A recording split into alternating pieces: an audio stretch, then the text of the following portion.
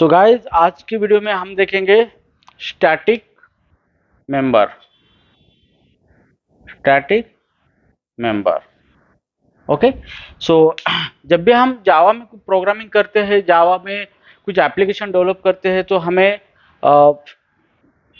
Object oriented वे से उस coding को ऑब्जेक्ट ओरिएंटेड वे से करना पड़ता है। जैसे कि जावा फॉलो करता है object oriented style, object oriented system follow करता है जावा, उसी को हम ऑब्जेक्ट ओरिएंटेड पैराडिग्म भी बोल सकते हैं। ओके, तो जो भी कोड हमें जावा में करना होता है, तो हमें वो कोड क्लास एंड ऑब्जेक्ट के मैकेनिज्म में करना पड़ता है। ओके, सो हमें क्या यूज करना पड़ता है? Class and object. सो इस ये मैकेनिज्म को यूज करके हमें क्या करना पड़ता है?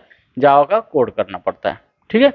सो हम जो भी प्रोग्राम हम लिखते हैं जावा के अंदर, सो हमें वो प्रोग्राम को क्लास के अंदर डिफाइन करना पड़ता है कि हम किस टाइप का डेटा यूज करने वाले हैं।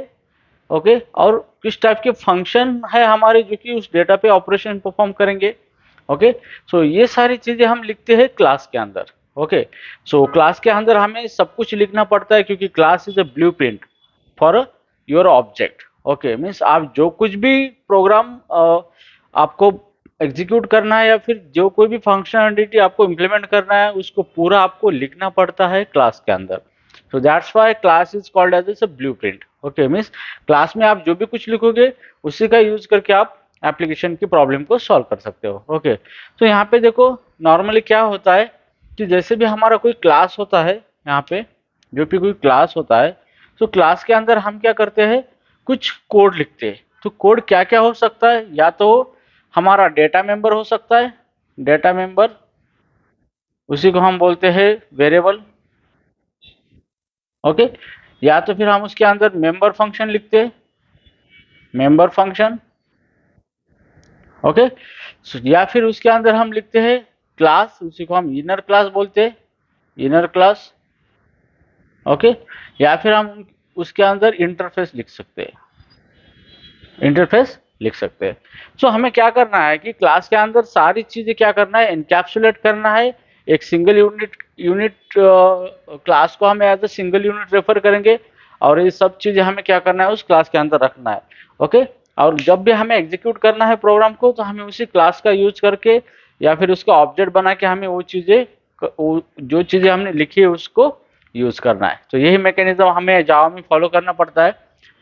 तो यहाँ पे क्या होता है कि जावा क्लास में हम जो भी कुछ लिखते हैं, ओके, तो हम क्या क्या लिखते हैं? उसके अंदर हम कुछ वेरिएबल डिक्लेयर करते हैं, उसी को हम इंस्टेंस वेरिएबल भी बोल सकते हैं, उसी को हम डेटा मेंबर बोलते हैं। हम कुछ फंक्शन लिखते हैं जिसके अंदर हम कुछ कोड लिखते हैं, तो उसी को हम बोलते हैं मेंबर फंक्शन बोलते हैं। या फिर इसके अंदर हम कोई क्लास लिखते हैं, इसी को हम इनर क्लास बोलते हैं, या फिर इंटरफेस लिखते हैं। ओके, तो ये सारी जो चीजें होती है, इसी को हम बोलते हैं मेंबर ऑफ अ क्लास। इसी को क्या बोलते हैं हम?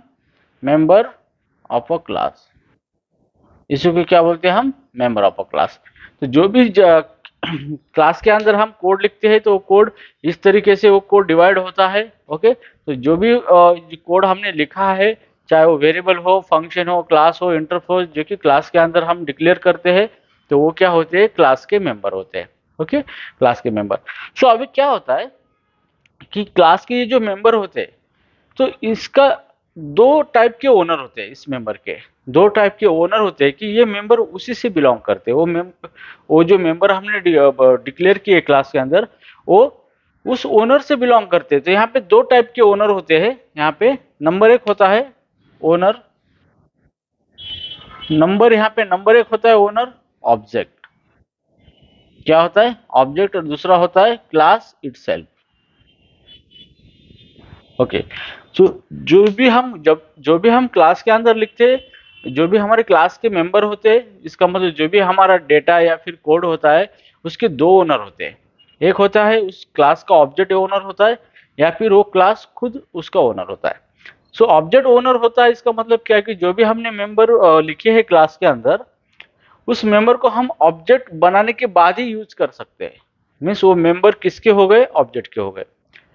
लेकिन कुछ मेंबर उसके अंदर ऐसे भी है कि उसको हम क्लास से बिलोंग हो सकते हो, क्योंकि वहां पे ऑब्जेक्ट की कोई जरूरत नहीं। ओके, क्योंकि वो डायरेक्टली क्लास से बिलोंग है, तो क्लास से हम उसको एक्सेस कर सकते हैं। इसका मतलब वो क्लास से बिलोंग है। यहाँ पे दो ओनर होते हैं। ओके, तो जो भी मेंबर क्लास से बिलोंग होता है उसी को हम क्या बोलते हैं, स्टैटिक मेंबर बोलते हैं। क्या बोलते हैं, स्टैटिक मेंबर। उसी को हम क्या बोलते हैं, static member. So static member का मतलब यही है कि जब भी हम कोई स्टैटिक यूज करते हैं कीवर्ड, इसका मतलब वो है कि जिस मेंबर के ऊपर हम स्टैटिक कीवर्ड यूज कर रहे हैं वो मेंबर क्लास से बिलोंग है, ना कि ऑब्जेक्ट से बिलोंग। मीन्स वो क्लास की प्रॉपर्टी है, ऑब्जेक्ट की प्रॉपर्टी नहीं है। तो उसकी मीनिंग ये होती है। तो कभी भी स्टैटिक जो कॉन्सेप्ट आपके सामने आएगा तो यहाँ पे एक चीज ध्यान में रखो कि जिसके भी सामने स्टैटिक है इसका मतलब वो क्लास की प्रॉपर्टी ऑब्जेक्ट की प्रॉपर्टी नहीं है। ओके, बस इतना ही कंसेप्ट है स्टैटिक का। अब यहाँ पे एक दिक्कत ये होती है कि हमें कॉन्सेप्ट तो पता होता है लेकिन ये कॉन्सेप्ट यूज कहाँ किया जाता है, इसका यूज क्या है और कंसेप्चुअली ये चीज क्या है ये हमें नहीं पता होती। तो इंटरव्यू में यही कंसेप्चुअली चीज पे वो ट्रैक करते हैं और हमें चेक करते कि हमें उसके अंदर कितनी अंडरस्टैंडिंग है। ओके, तो इस वीडियो में मैं आपको पूरा डिटेल बताऊंगा कॉन्सेप्चुअल लेवल पे स्टैटिक कैसे वर्क होते हैं, किस तरह से उसको इम्प्लीमेंट करेंगे। ठीक है, तो ये तो हो गया कंसेप्चुअल। तो इसका कंक्लूजन क्या है अभी, इसका यही कंक्लूजन है कि क्लास के अंदर हम बहुत सारे मेंबर लिखते हैं। ओके, तो वो मेंबर कि ओनर, दो तरीके के ओनर होते हैं, एक होता है ऑब्जेक्ट और एक होता है क्लास इटसेल्फ। सो जो भी मेंबर क्लास से बिलोंग होते हैं, मीन्स जो भी क्लास की प्रॉपर्टी होती है उसी को हम क्या बोलते हैं, स्टैटिक मेंबर बोलते हैं। ओके, सो नाउ हियर अभी हम देखेंगे कि एक एग्जांपल लेंगे, उस एग्जांपल को मैं अभी एक्सप्लेन करूंगा आपको कि ये कंसेप्ट किस तरह से वर्क होता है। ओके, तो यहाँ पे देखो क्या होता है, मैं यहाँ पे एक क्लास बनाऊंगा, क्लास डेमो। मैंने यहाँ पे क्लास डेमो बनाया है यहाँ पे। ओके, अब डेमो क्लास में मैं एक वेरिएबल बनाऊंगा यहाँ पे, integer age is equal to 30। So ये मैंने क्या बनाया, एज एक वेरिएबल बनाया, डिक्लेयर किया है। उसके बाद मैं एक फंक्शन बनाऊंगा वॉइड प्रिंट फंक्शन। ये फंक्शन कुछ भी रिटर्न नहीं करेगा और इसके अंदर मैं मैसेज प्रिंट करूंगा, system dot out dot println, और यहाँ पे लिखूंगा वेलकम। ठीक है, तो यहाँ पे मैंने क्या किया, एक सिंपल सा कोड लिखा है क्लास के अंदर। ओके, तो यहाँ पे जो भी मैंने वेरिएबल डिक्लेयर किए है ये क्या होती है, इसी को हम क्या बोलते हैं, डेटा मेंबर बोलते हैं, डेटा मेंबर बोलते हैं। और जो भी ये फंक्शन है हमारे, इसी को हम क्या बोलते हैं, मेंबर फंक्शन बोलते हैं, मेंबर फंक्शन।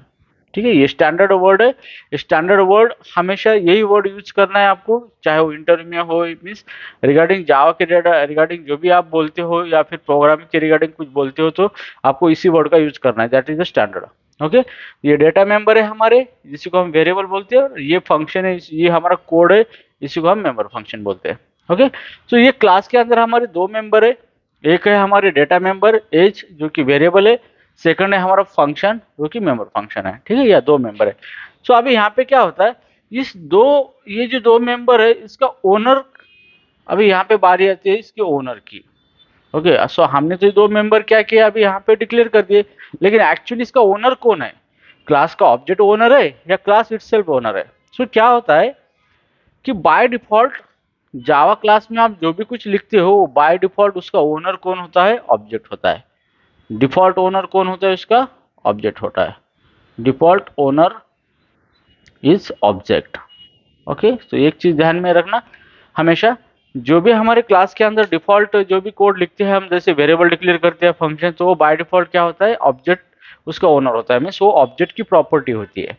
ओके, तो वो प्रॉपर्टी किससे बिलोंग होती है, ऑब्जेक्ट से बिलोंग होती है। मीन्स उस प्रॉपर्टी को आप ऑब्जेक्ट बनाने के बाद ही एक्सेस कर सकते हो। मीन्स वो प्रॉपर्टी एक्चुअली बनती कब है, जब ऑब्जेक्ट क्रिएट होता है और वो ऑब्जेक्ट की प्रॉपर्टी बनती है। ओके, तो यहाँ पे देखो किस तरह से होगा, अभी यहाँ पे जो भी प्रॉपर्टी है हमारे यहाँ पे लिखा है हमने, जो भी मेंबर्स है वो किससे बिलोंग है, ऑब्जेक्ट से। मीन्स इसको मैं ऑब्जेक्ट से ही यूज कर सकता हूँ, without object I can't use this member.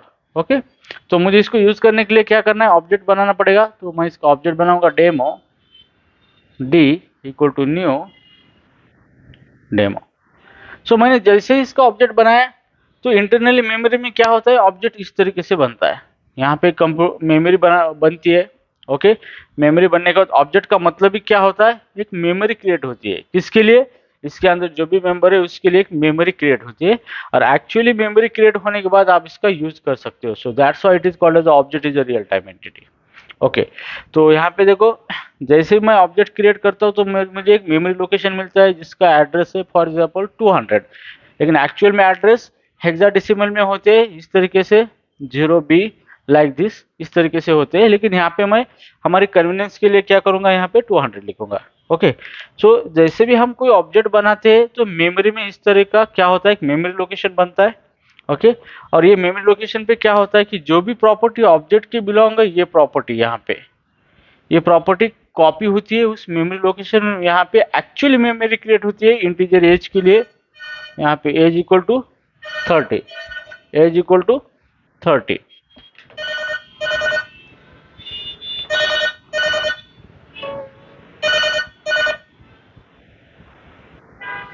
ठीक है, तो यहाँ पे क्या हो रहा है, age equal to 30 means actually memory create हुई, क्योंकि जो भी मेंबर हमने लिखे क्लास के अंदर वो क्या होते हैं, कॉपी होते हैं एक नए मेमोरी लोकेशन पे। इसका मतलब उनको मेमोरी असाइन होती है, और असाइन होने के बाद वो मेंबर कॉपी होते हैं उस लोकेशन पे। जैसे कि यहाँ पे integer age equal to 30 memory create हुई, और यहाँ पे हमारा प्रिंट फंक्शन, यहाँ पे हमारा प्रिंट फंक्शन, ये हमारा फंक्शन। तो यहाँ पे क्या हो रहा है कि ये जो मेंबर है ये किसकी प्रॉपर्टी हो गई है, ऑब्जेक्ट की प्रॉपर्टी। तो ये आपका ऑब्जेक्ट है, ये क्या है आपका ऑब्जेक्ट है, एक सिंगल मेमोरी लोकेशन जिसके ऊपर ये प्रॉपर्टी कॉपी होती है। ओके, तो वो आपका एक ऑब्जेक्ट बनता है, और फिर आप क्या करते हो, उस ऑब्जेक्ट का यूज करके उसी की प्रॉपर्टी को आप यूज कर सकते हो। तो वो प्रॉपर्टी वो ऑब्जेक्ट से बिलोंग हो गई, क्या हो गई, ऑब्जेक्ट की प्रॉपर्टी है। सो मान लो यहाँ पे मैं दूसरा ऑब्जेक्ट बनाता हूँ, यहाँ पे demo d2 equal to new demo. तो जैसे मैंने दूसरा ऑब्जेक्ट बनाया तो यहाँ पे इसके लिए सेपरेट मेमोरी, दूसरी मेमोरी बनती है। यहाँ पे हम लिखेंगे 400, और यही जो प्रॉपर्टी है क्लास के अंदर लिखी है ये क्या यहाँ इस ऑब्जेक्ट में कॉपी होती है।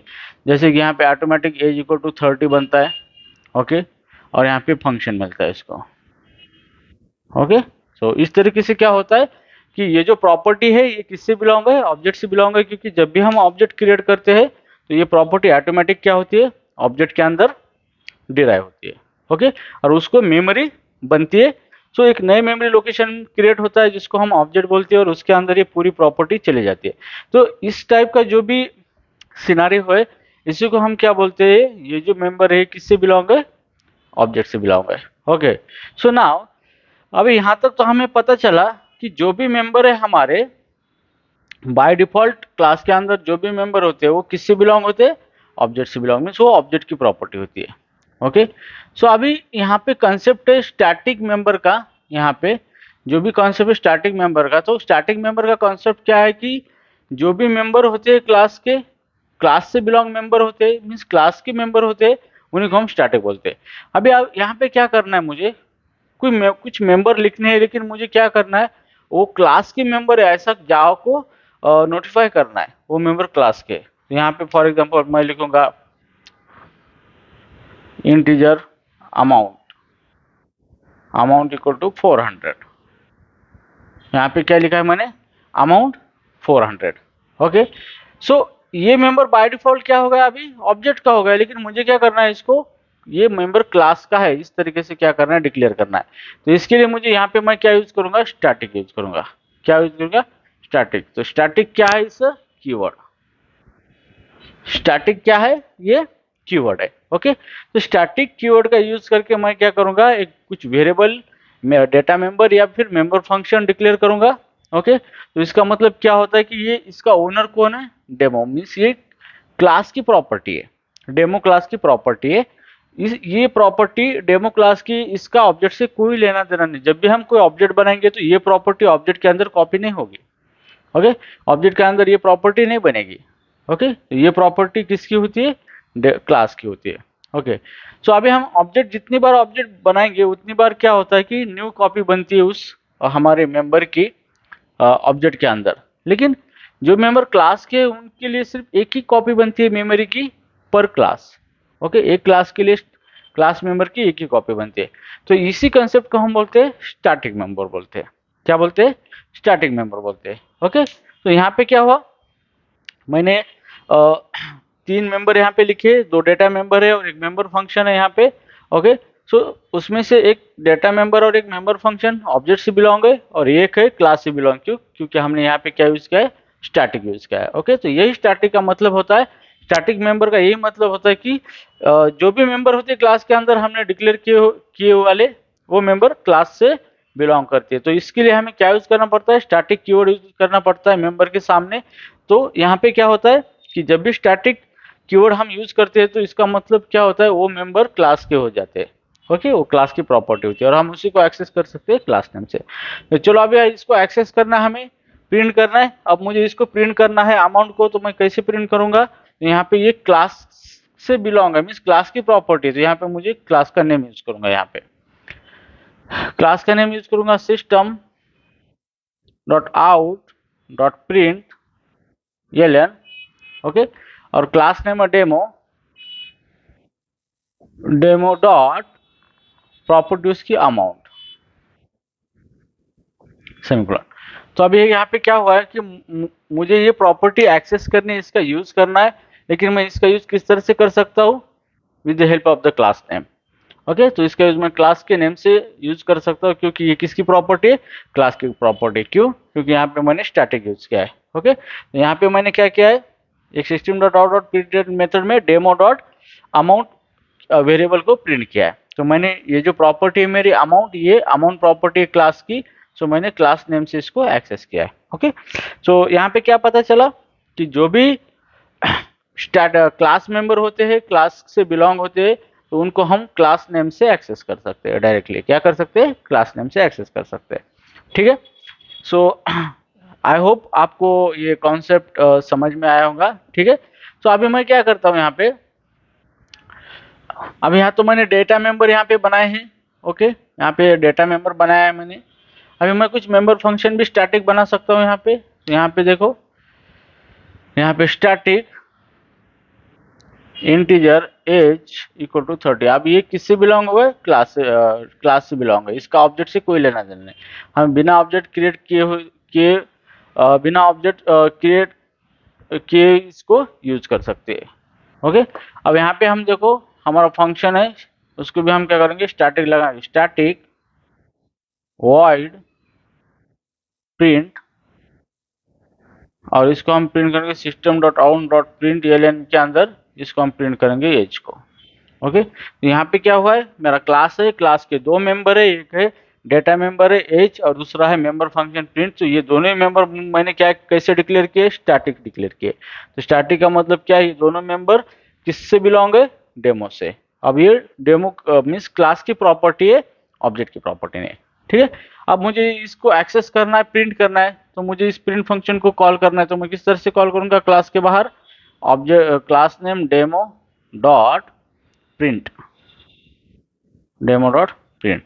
तो इस तरह से मैं क्या करूंगा, इस प्रॉपर्टी को मैं एक्सेस करूंगा with the help of the class that is called as the demo. Okay, so यहाँ पे मैं क्लास के नेम से इसको एक्सेस कर रहा हूँ, इसका मतलब क्या है, ये प्रॉपर्टी किससे बिलोंग है, क्लास से बिलोंग है। ओके, तो यहाँ पे ऑब्जेक्ट की कोई जरूरत नहीं, मुझे ऑब्जेक्ट ना क्रिएट करते हुए भी मैं क्या कर सकता हूँ, इस प्रॉपर्टी को एक्सेस कर सकता हूँ। ओके, तो ये हो गया static member.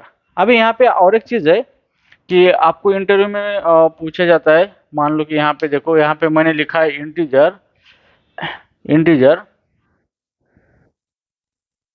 Amount equal to 400। मैंने क्या लिखा है, अमाउंट इक्वल टू 400, और मैं ये अमाउंट क्या करना चाहता हूँ, इसके अंदर प्रिंट करूंगा system dot out dot print alien, और यहाँ पे लिखूंगा अमाउंट।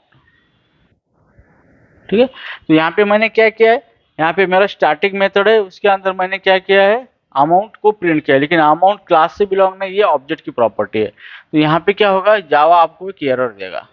क्या देगा, एरर देगा। तो एरर क्या देगा कि वो कहता है कि यार आपने क्या किया है कि जो फंक्शन क्लास से बिलोंग करता है, वो फंक्शन के अंदर आपने ऑब्जेक्ट की प्रॉपर्टी लिख दी है। ओके, लेकिन ये फंक्शन तो क्लास का है। ओके, और क्लास इस फंक्शन को एक्सेस कर सकता है विदाउट क्रिएटिंग ऑब्जेक्ट। तो जैसे भी इस फंक्शन को हम कॉल करेंगे, तब ये अमाउंट प्रॉपर्टी तो ऑब्जेक्ट की है, अगर ऑब्जेक्ट बनता है तभी ये प्रॉपर्टी काम करेगी, अदरवाइज वर्क नहीं होगी, ये प्रॉपर्टी एग्जिस्ट ही नहीं होगी। ओके, तो इसलिए क्या होगा, यहाँ पे एरर आएगा। तो जावा आपको परमिट नहीं करता, अलाउ नहीं करता इसका मतलब क्या है कि आप स्टैटिक मेथड के अंदर नॉन स्टैटिक मेंबर नहीं ले सकते। ओके, स्टैटिक मेंबर के अंदर नॉन स्टैटिक मेंबर नहीं ले सकते। क्यों? क्योंकि static member without creating object हम यूज कर सकते, और उसके अंदर हम नॉन स्टैटिक मेंबर लेते हैं, ऑब्जेक्ट की मेंबर लेते हैं, तो उसमें क्या हो सकता है, प्रॉब्लम हो सकती है। क्यों? कैसे? कि हम स्टैटिक मेंबर को कॉल करते हैं with the help of class, तो यहाँ पे हम ऑब्जेक्ट नहीं बनाएंगे, लेकिन उसके अंदर अगर हमें नॉन स्टैटिक मेंबर मिलते हैं जो कि ऑब्जेक्ट से बिलोंग है, तो वहाँ पे दिक्कत हो सकती है, क्योंकि ये मेंबर तभी एग्जिस्ट हो सकते हैं जब हम ऑब्जेक्ट बना सकते हैं, लेकिन ये स्टैटिक मेंबर को तो ऑब्जेक्ट की जरूरत नहीं कॉल करने के लिए, तो इसलिए स्टैटिक के अंदर नॉन स्टैटिक मेंबर अलाउड नहीं है, चाहे फिर वो static non static data member हो या फिर नॉन स्टैटिक मेंबर फंक्शन हो, आप स्टैटिक के अंदर उसको नहीं यूज कर सकते। तो ये पहला रूल है स्टैटिक का। ओके, सो स्टैटिक के अंदर आप ओनली स्टैटिक मेंबर ही यूज कर सकते हो, ओनली स्टैटिक मेंबर ही यूज कर सकते हो, चाहे फिर वो स्टैटिक मेंबर कौन सा भी हो, इंटरफेस हो, क्लास हो, फंक्शन हो, या फिर आपका डेटा मेंबर हो, ओके, वेरिएबल हो। तो यहाँ पे देखो, स्टैटिक के अंदर आप सिर्फ स्टैटिक मेंबर यूज कर सकते हो, नॉन स्टैटिक मेंबर यूज नहीं कर सकते। नॉन स्टैटिक मेंबर जो होते हैं वो ऑब्जेक्ट से बिलोंग होते हैं, तो ऑब्जेक्ट से बिलोंग मीन्स ऑब्जेक्ट की प्रॉपर्टी आप इसके अंदर यूज ही नहीं कर सकते। ओके, तो ये हो गया आपका स्टैटिक मेथड। ओके, सो अभी यहाँ पे जावा के अंदर एक स्टैटिक इनिशियलाइजर होता है, जो कि आप उसको भी यूज कर सकते हो स्टैटिक मेंबर को इनिशियलाइज करने के लिए। तो यहाँ पे देखो उसको किस तरह से डिक्लेयर करते हैं, स्टैटिक एंड ब्रैकेट, और यहाँ पे क्या होता है, जैसे कि मान लो मेरा स्टैटिक इंटीजर एज मैंने यहाँ पे डिक्लेयर किया है, और यहाँ पे एज के अंदर मैं क्या करूंगा, 30 लिखूंगा। तो यहाँ पे क्या हुआ है, ये जो मेरा स्टैटिक है इसी को हम क्या बोलते हैं, स्टैटिक इनिशियलाइजर बोलते हैं। क्या बोलते हैं? Static initialiser.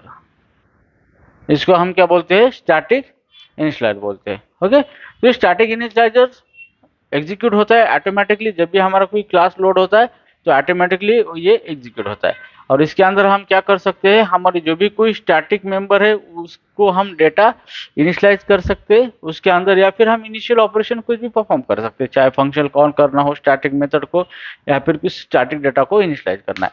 तो ये होता है हमारा स्टैटिक इनिशियलाइजर, इसको हम स्टैटिक इनिशियलाइजर बोलते हैं। इंटरव्यू में आपको इसके बारे में भी पूछा जाता है कि स्टैटिक इनिशियलाइजर क्या क्या होता है, किस तरह से वर्क करता है। ओके, तो यहाँ पे देखो, जैसे भी हमारा क्लास लोड होता है, क्लास लोडर उसको लोड करता है, तब ये जो स्टैटिक इनिशियलाइजर है ऑटोमेटिकली हमारा एग्जीक्यूट होता है, और उसके अंदर जो भी कुछ हमने लिखा है, ओके, वो एग्जीक्यूट होता है। ओके, तो ये होगा हमारा स्टैटिक।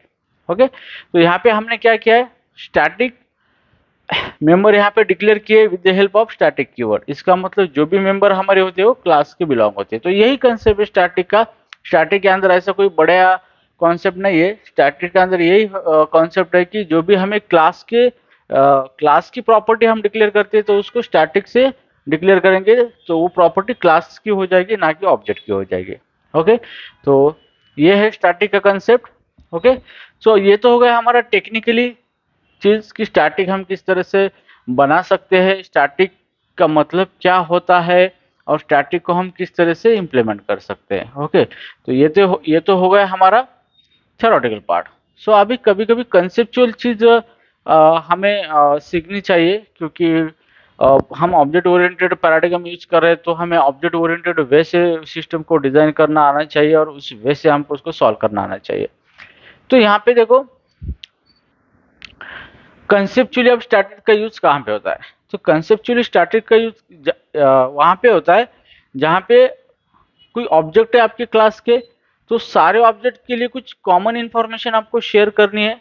ओके, तो वहां पे क्या होता है, और स्टैटिक का यूज होता है। ओके, फॉर एग्जांपल मेरा एक क्लास है, क्लास यहाँ पे लिखूंगा पब्लिक क्लास, मानो एक कंपनी है। ओके, जैसे कि टाटा कंपनी है हमारी, टाटा कंपनी की एम्प्लॉय है, ये हमारा एक क्लास है टाटा एम्प्लॉय। ओके, सो टाटा कंपनी के एम्प्लॉय का क्लास है, तो इस क्लास के अंदर क्या हो सकता है, टाटा कंपनी की एम्प्लॉय हो सकती है, जैसे कि एम्प्लॉय का नाम हो सकता है, जैसे कि string name. Okay, string name. Okay, यहाँ पे उनका नाम हो सकता है, और उनका एज नेम हो सकता है और उनका आईडी हो सकता है, इंटीजर आईडी।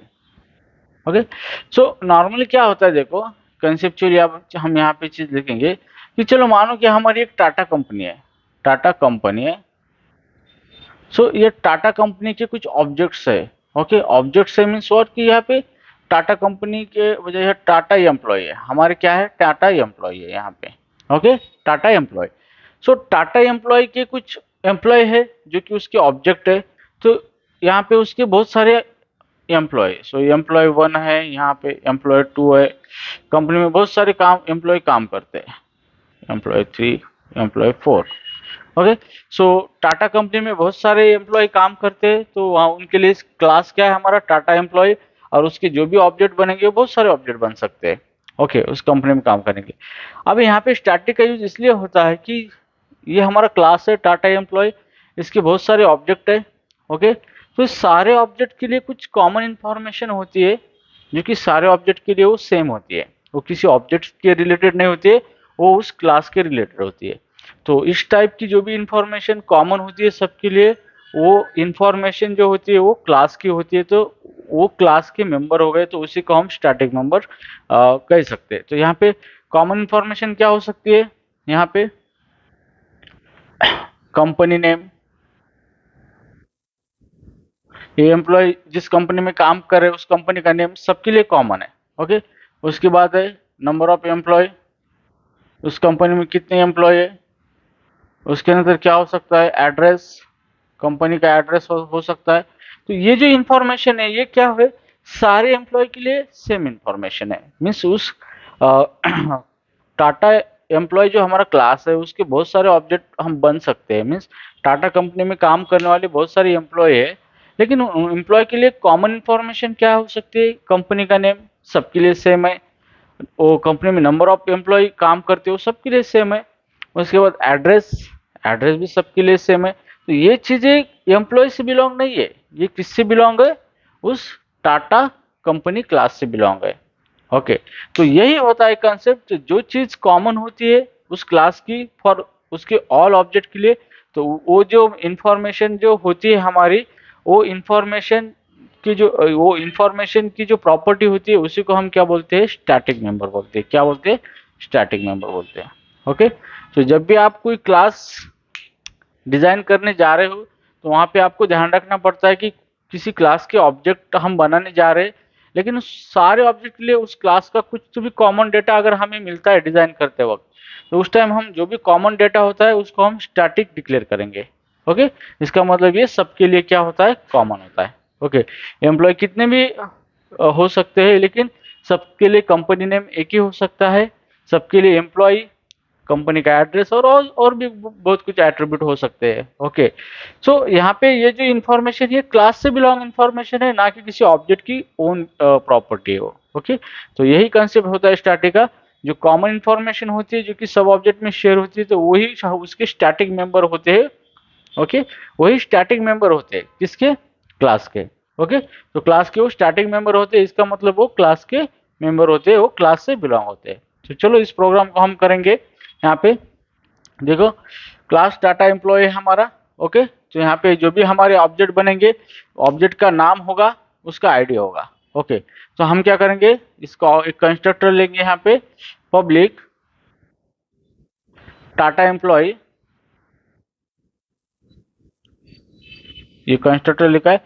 जब भी हम ऑब्जेक्ट बनाने जा रहे हैं तब हम क्या करेंगे, वो ऑब्जेक्ट का नेम और आईडी ले लेंगे। यहाँ पे string name comma ID, integer ID, तो इसको हम ले लेंगे जब भी ऑब्जेक्ट बनाएंगे। फिर हम क्या करेंगे, this dot name equal to, ये नेम को हम इसके अंदर इनिशियलाइज करेंगे, और दिस आईडी इक्वल टू, इस आईडी को हम इनिशियलाइज करेंगे, इसके अंदर पुट करेंगे। ठीक है, तो ये हमारा कोड हो गया। सो अभी यहाँ पे क्या करना है कि ये जो प्रॉपर्टी ये क्या हुई, ऑब्जेक्ट से बिलोंग है। मीन्स ये प्रॉपर्टी की जितने हम ऑब्जेक्ट बनाएंगे उतनी कॉपीज बनेगी। ओके, तो ये प्रॉपर्टी ऑब्जेक्ट की है। अभी यहाँ पे कॉमन इंफॉर्मेशन जो है, ये company name, employee and address, ये क्या है, ये कंपनी के रिगार्डिंग इंफॉर्मेशन है, जो कि सारे एम्प्लॉय के लिए कॉमन है। ओके, तो ये हो गया हमारे static member.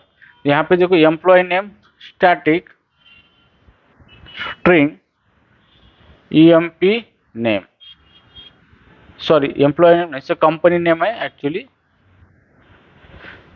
String company name. Okay, company name मैंने लिखा है टाटा सेमीकोलन, ठीक है। और एक इसके मेंबर है यहाँ पे, मैं यहाँ पे लिखूंगा दूसरा मेंबर है address, so static string address, ठीक है। तो ये मेरा दूसरा मेंबर हो गया। Okay, address equal to for example Hinjewadi, ये हिंजेवाड़ी एड्रेस है इसका।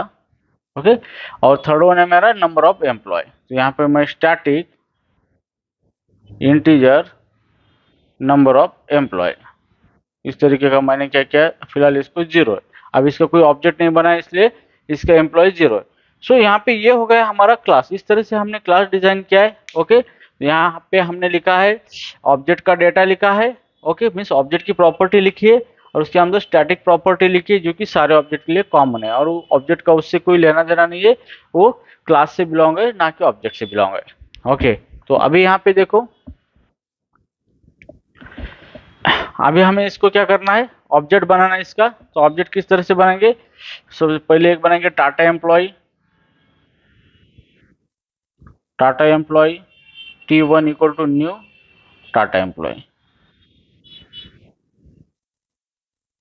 ठीक है। तो यहाँ पे हमने पहला ऑब्जेक्ट बना दिया, तो पहले ऑब्जेक्ट के लिए यहाँ पे क्या हुए, हमारी ये प्रॉपर्टी उस ऑब्जेक्ट के लिए चले गई, उस ऑब्जेक्ट के अंदर चले गई। तो जैसे भी मैं ये ऑब्जेक्ट बनाऊंगा यहाँ पे न्यू और टाटा एम्प्लॉय कॉल करूंगा कंस्ट्रक्टर, तो मुझे दो चीज कंपलसरी पास करना है यहाँ पे, नेम और ID.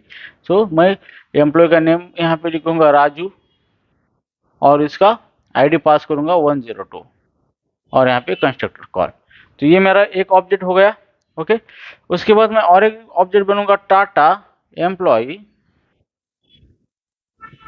T2 equal to new Tata employee, और उसका पहले नेम पास करूंगा उसको रानी, कॉमा आईडी है 105। यहाँ पे मैंने दो ऑब्जेक्ट बनाए यहाँ पे। तो यहाँ पे क्या हो रहा है कि मैं टाटा एम्प्लॉय के बहुत सारे एम्प्लॉय ऑब्जेक्ट बना रहा हूँ जो कि टाटा के एम्प्लॉय है वो। तो मैंने यहाँ पे बहुत सारे ऑब्जेक्ट बनाए हैं यहाँ पे। ओके, तो यहाँ पे दो ऑब्जेक्ट बनाए मैंने यहाँ पे।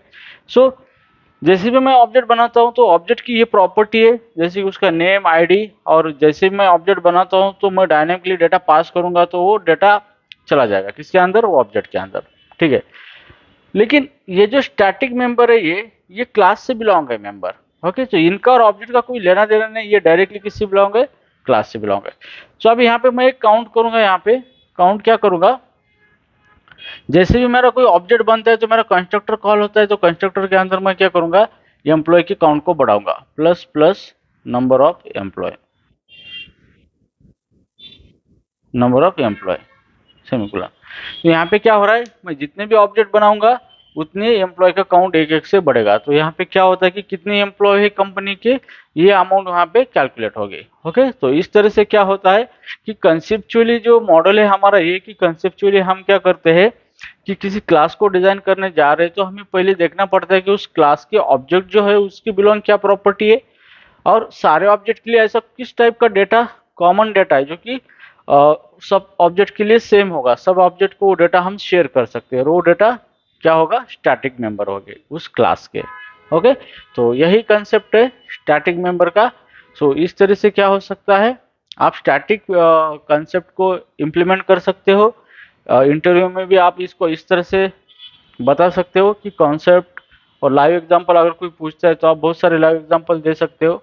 ओके, तो इस तरीके से आप स्टैटिक मेंबर को समझ के इस कॉन्सेप्ट को प्रोग्रामिंग में इम्प्लीमेंट कर सकते हो, या फिर इंटरव्यू में भी अच्छी तरह से परफॉर्म कर सकते हो। Okay, so guys I hope you understand this concept.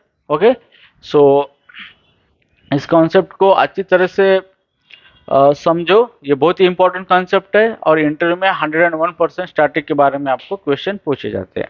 Okay, तो गाइस फिलहाल इस वीडियो में इतना, मिलते हैं मेरे नेक्स्ट वीडियो में, तब तक ले गुड बाय।